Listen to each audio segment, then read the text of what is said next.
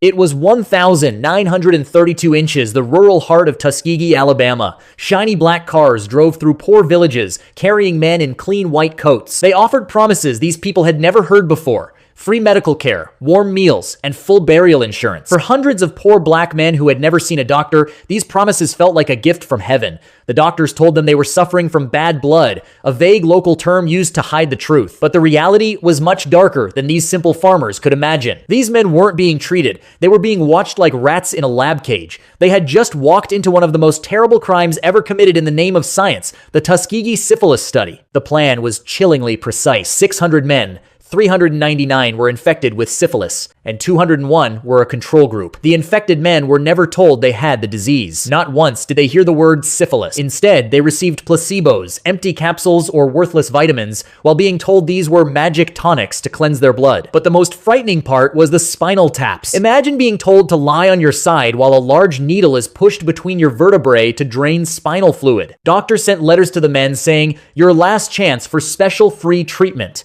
In reality, the tap was just for data to see how the disease damaged the nervous system. There was no treatment, only pain wrapped in official documents. The doctors watched as the disease spread through their bodies. They took notes with cold indifference. Patient 24 now has difficulty walking. Patient 112 is losing his sight. They were waiting for one thing, death, so they could examine the corpse. 15 years went by. Then, in 1947, the medical world was shocked by the discovery of penicillin. Suddenly, a disease that had killed for centuries became a simple infection, treatable with a single shot. This was the moment the study should have ended. The doctors should have rushed to the men and said, "We found it! You're saved!" But they did the opposite. Science turned into sadism. The directors gave strict orders to keep these men from getting penicillin. Even when some were drafted for World War II and Army doctors ordered treatment, the Public Health Service intervened, insisting they be left untreated. Their names ended up on blacklists shared with local pharmacies and hospitals. Doctors watched these men suffer and fall into paralysis while knowing the cure was right there on the pharmacy shelf, but forbidden by scientific decree. The crime didn't stop with the men. It extended to their families.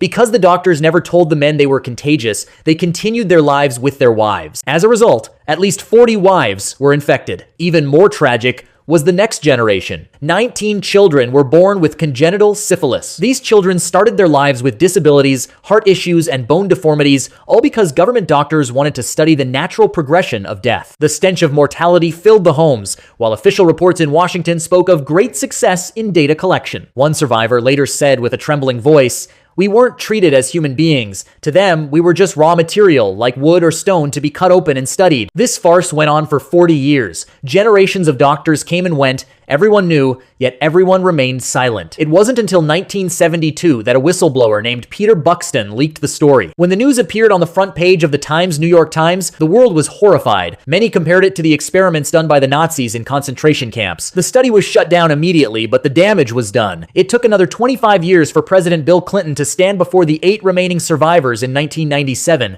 They were all over 90 years old. With tears in his eyes, he told them, "I am here to say on behalf of the American people that what your government did was shameful. We broke our moral commitment. It was a profound mistake." Today, whenever you hear about medical ethics or informed consent, know that those laws were written with the tears of the Tuskegee victims. The victims of Tuskegee are gone, but the stain on medical history remains forever. Their story is a cry against any researcher who forgets that behind every sample is a human being with a heart, a family, and a right to live. Remember, the true power of science isn't just in discovering diseases, but in protecting humanity from them no matter their skin color or how deep their poverty. If you found this journey into history interesting, let us know in the comments. Don't forget to like and subscribe for more insights. See you in the next one.